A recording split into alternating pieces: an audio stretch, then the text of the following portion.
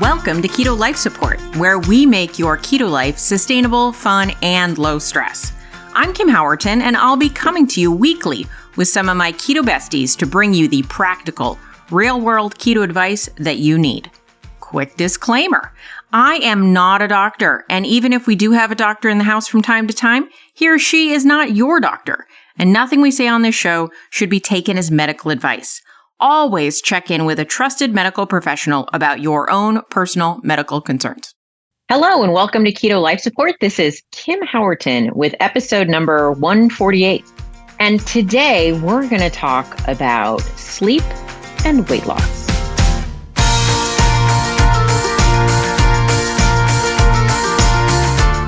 So you might already know that sleep is important. And, it's incredibly stressful out there in the world. Just period, end of story, move on. No, it's incredibly stressful, right? It's like people be like, if you don't sleep well, you're not going to lose the weight. You're going to have these problems. All these bad things are going to happen. You're going to explode, right? And you're like, I know, you think I'm trying not to get good sleep? It's sort of like people saying stress is bad for you. And you're like, thank you so much. How would you like me to fix this? But there are some things we should probably be looking at in terms of sleep. I don't think we realize how bad it can be when we don't sleep in terms of especially our metabolic health. We think, it would be better if I could get more sleep, or, it would be great, or I'm doing okay, but the reality is there's almost nothing more important than good sleep. I mean, obviously, once you clean up just horrendous things like smoking and, all you eat is fast food and junk food and stuff like that. If you're just like eating just moderately well, it might be more important to work on sleep than anything else at that point. Now, I'm not saying to eat only moderately well, right? I mean, improve what you can improve. But I think we put so much weight, no pun intended, on our diet and a lot less impact on our lifestyle choices and sleep, although many people would say that's not a choice, but our lifestyle effects, because we think that food is what matters exclusively. But the reality is the way that we sleep, how much we sleep, the quality of sleep is enormously impactful. So let me go over a few things. I'm just going to touch on this briefly, but here are some of the things that you should probably know.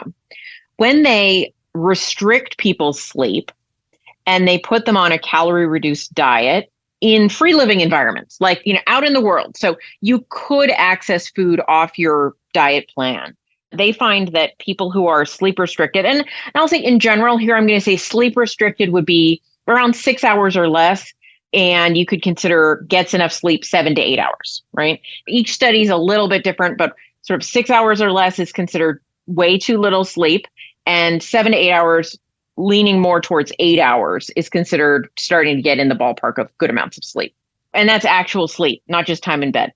And so the people that were sleep restricted in one study and then living in the world, but told how much to eat, what to eat.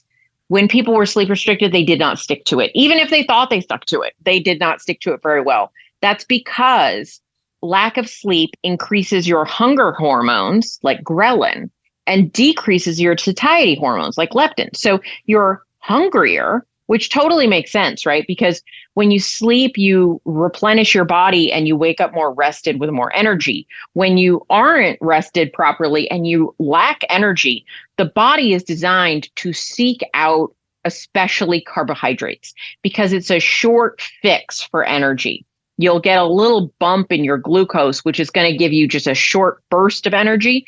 But our ancient brains don't know that that's probably going to have a negative impact. And so your cravings will be stronger. Your hunger levels will be stronger. You're going to find it harder to stick to your desired way of eating and eat an appropriate amount of food for your body. So that's one, if you're sleep deprived.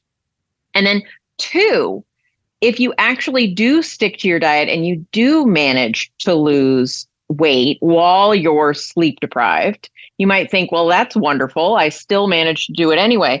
But another study found that sleep deprived people versus not sleep deprived people, while the sleeping enough people, while the getting enough sleep people, it's hard to say that, lost primarily body fat Remember, when we're losing weight, we want to lose mostly body fat, not lean mass, right? The people who were significantly sleep deprived ended up losing a lot more lean mass. So it was like flipped on its head. They were losing more of the thing you want to keep and less of the thing you want to lose. So at the end of their weight loss period, it wasn't even that the scale, they both lost weight on the scale, but the people who lost weight while being sleep deprived were almost, not quite, they were still a net win, but they were in a much less good. Wow, the grammar is excellent today. They were in a much worse position than the people that got enough sleep, even to the point where I questioned after reading this study, like, should these people even be trying to lose weight? I asked Matthew Walker is a sleep researcher out of UC Berkeley, and I asked him about it. And he said, if you're obese, it's still probably a net win to lose the weight, even if it's more predominantly lean mass at that point. But if you're someone who's just trying to lose those last 10 pounds, it may be that you're actually making your body composition worse if you're trying to diet in this sleep deprived state. And you might be better off spending all of your attention trying to fix the sleep before you start to work on the weight loss. So those are just two studies, I'll put links in, that give examples of why it's so important for weight loss that we prioritize getting into a good sleep arena. So my favorite researcher on this subject is actually Matthew Walker. He wrote Why We Sleep. I'm blessed enough to live in the same hometown as him. It's not his hometown. It's my hometown. He's from the UK, but he lives here in Berkeley. So we've had a few conversations, and he has this excellent book. You should read it. He also has a podcast. You should listen to it. It's little bite-sized chunks of things. Andrew Huberman is also a great resource here. So some things will be sprinkled in that he said. So I'm not a sleep expert, in case you were wondering. I am quoting from people that I trust about the topic, such as Andrew Huberman and Matthew Walker. My tongue is acting up today, so I apologize if I'm stumbling over my words. So let me go over a few things. I know a lot of you really struggle with sleep. I know from my clients that as we approach middle age, as we maybe get into menopause, perimenopause, our sleep becomes disturbed. So the first thing I want to say is if you're experiencing some of these problems, you may need to look into the hormonal aspect, because hormones absolutely have an effect on sleep. But I would say address those after you take on the tips I'm going to give you. So in life, there are some things that we can do to optimize sleep. So I'm going to take you through like a day, because I've heard that's actually, I'm just totally copying other people, but I thought, that's a great way to explain it. But how would I, over the course of a day, optimize my sleep? So we are looking to get about 8 hours of sleep, of actual sleep, 7 at a minimum, but 8 hours of actual sleep. Women actually need a little more sleep than men. And so that's why 8 is probably a better idea for women. So that doesn't mean time in bed. That means time actually asleep. So let's talk about how to set up our day the best way possible to optimize sleep. And it actually starts when you wake up. When you first wake up in the morning, you want to go outside, put on some clothes. Don't go out naked. Put on some clothes, go outside, and you want to look not at the sun, but towards the sun. You want the morning light rays to come into your eyes. Don't wear sunglasses. Again, don't stare at the sun, especially if it's very bright. You'll hurt your eyes won't feel good, but you want to be looking towards it. You don't want to be facing away from it. You can wear your glasses or your contact lenses, but don't wear sunglasses. You want to spend about 10 minutes out in the sun looking at it, even if it's overcast, looking towards where the sun is. Again, not directly at it at the brightest point, but towards that direction. Now, you can also, if you want extra bonus points, use those 10 minutes outside by getting a little walk around the neighborhood. It's okay if you're not looking at the sun the whole time, right? Like walk around, get your blood flowing a little bit, blood pumping, flowing. Like don't cut yourself. I'm confused about the expression right there, but a little bit of movement there, or march around your backyard, or all those things can be helpful. If it's raining, it's fine to stay on the porch today. If it's very overcast, You might want to be out there more like 15 to 20. You're trying to get that light into your eye. Why are we doing this? That morning sunlight is going to help you better set your circadian rhythm, tells your brain it is morning. And it's going to then say, in a certain number of hours, we're going to get a little sleepier. When you don't get that morning hit of sunlight, it can make it harder for your brain to know what time it is in the day. So that morning light, super important. So get up, go pee, put on some clothes, go outside, get some light in your eyes. You note I have not yet said to have your coffee. Now, I think coffee is great, and sleep researchers would agree, but you do want to delay your first cup of coffee at least a half an hour to an hour in the morning. Now, some people will think this is all about cortisol. It's not really all about cortisol. What it's about is something called adenosine. Adenosine is a hormone that tells you, it's like sleepiness hormone. You can think of it that way. Again, I am not a biochemist, and I'm going to use just lay people's language here. So take it up with me. Well, don't take it up with me. Just that's the way it is. All right. So adenosine is the thing that kind of builds over the course of a day. And as we have more and more and more of it, we feel more drowsy or sleepy. And then we go to bed and it kind of burns off. And then we wake up. It should be mostly burnt off by the time we wake up, but there might be a little bit of lingering adenosine in our system. And so here's why you don't want to just have a cup of coffee straight off the bat. If you're still feeling that groggy, sleepy feeling, it's likely there's still some hanging around. Caffeine blocks the adenosine receptors, which is why it helps make us feel so much more alert, because it's blocking that sleepiness. Notice I said blocks it. It actually doesn't dissipate it. The adenosine is still there. So if you don't burn it all off before you have your coffee, you've simply blocked it. And so then when that caffeine starts to wear off in the midday, late afternoon, you have that lingering adenosine waiting to make you sleepy. And then you get a crash. But if you've waited for that to disperse, then you have your cup of coffee. Then over the course of the day, as that caffeine wears off, and you're naturally very slowly building up that adenosine through the day, and then you feel sleepy at night, that's going to help you regulate your sleeping and waking. So hold off on the coffee a little bit, have it about an hour later. All right, then go about your day. If you want a second cup of coffee, fine. But if you have no problem sleeping that you're aware of, cut that coffee off by 2. Even if you think I can totally get away with it. By the way, I am totally this person. I could have a cup of espresso like after dinner and feel like I slept fine. But when they study people's sleep quality, they find out actually it does impact your sleep slightly and makes it lower quality. So I think for everybody, it's probably a good idea to cut it off by 2 p.m.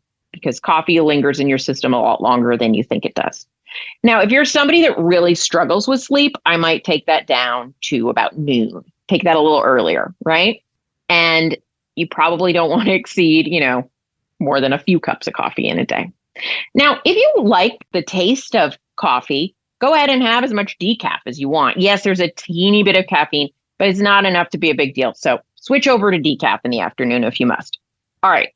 So now we've had a nice morning. We've gotten the sunlight in our eyes. We've bundled up if it's the cold winter times, but we've still gone out there into the sun in the morning. Then we had our nice cup of coffee, maybe breakfast time, lived our life, did our day, enjoyed it, got some exercise. So exercise also helps with sleep.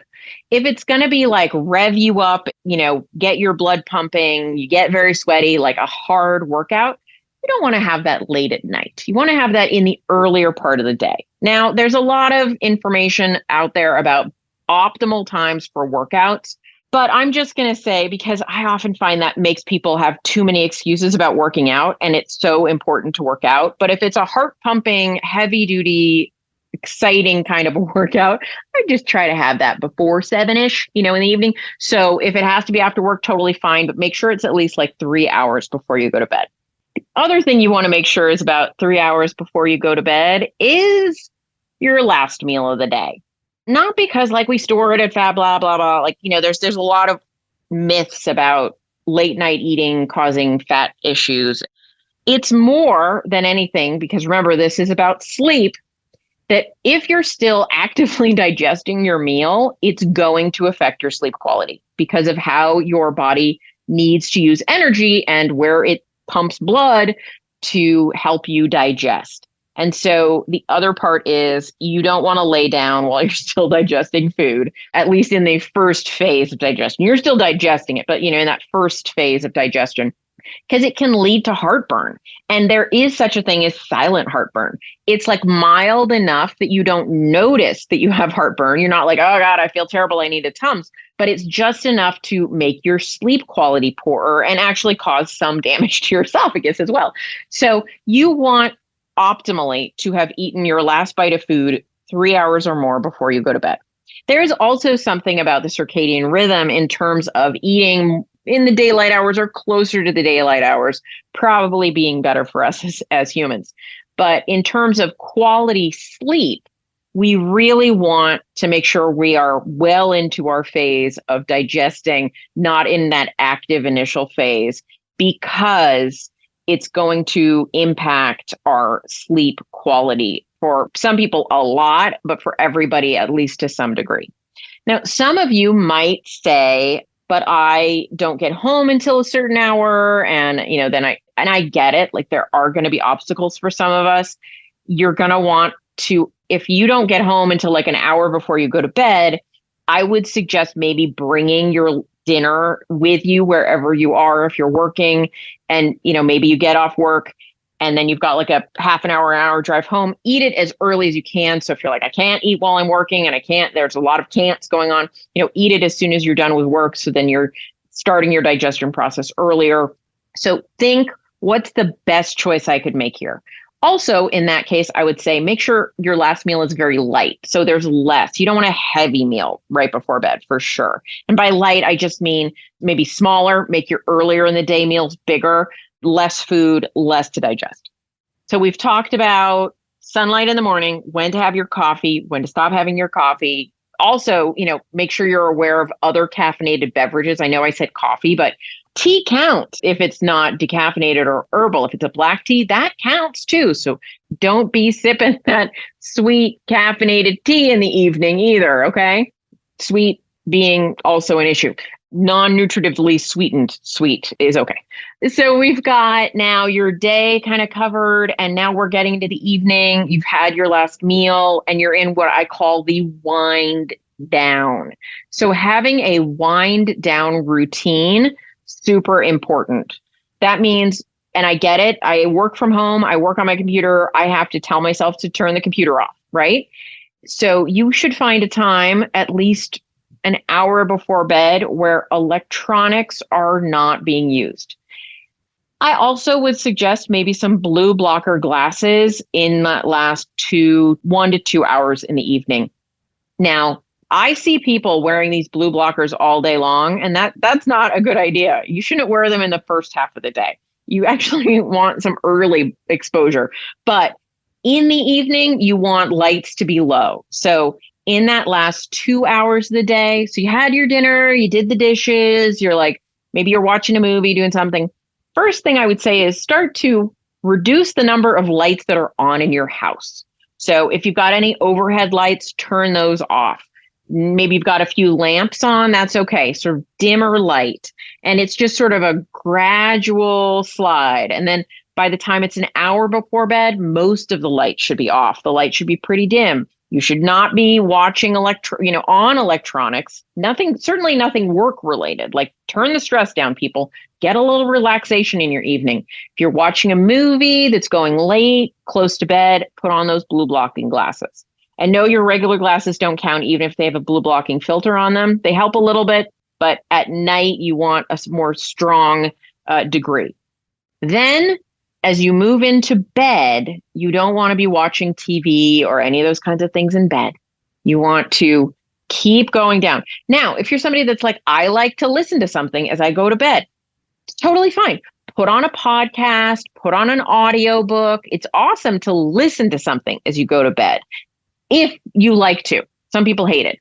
There are apps like Calm with sleep stories. They're just very like peaceful speaking stories to go to bed to.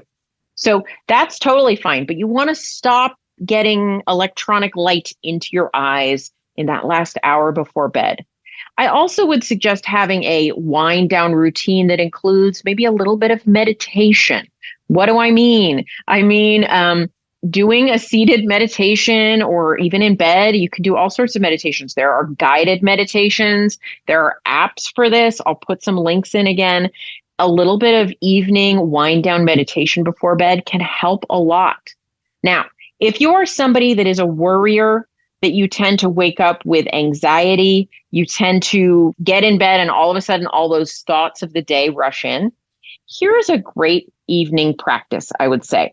Keep a pad of paper and a pen next to your bed.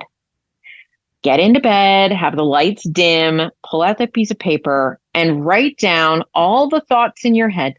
Now, I'm not talking about going into like great detail. You're not making a to-do list. It's just all these thoughts are in my head.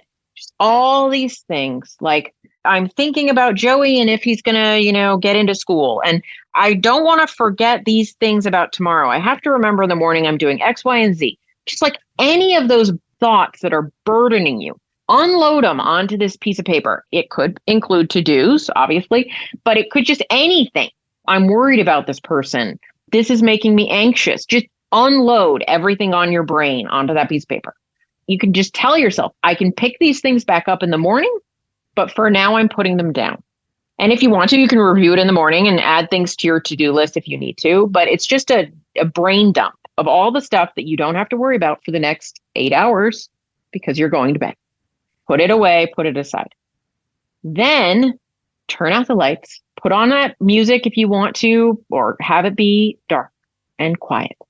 So let's talk about darkness.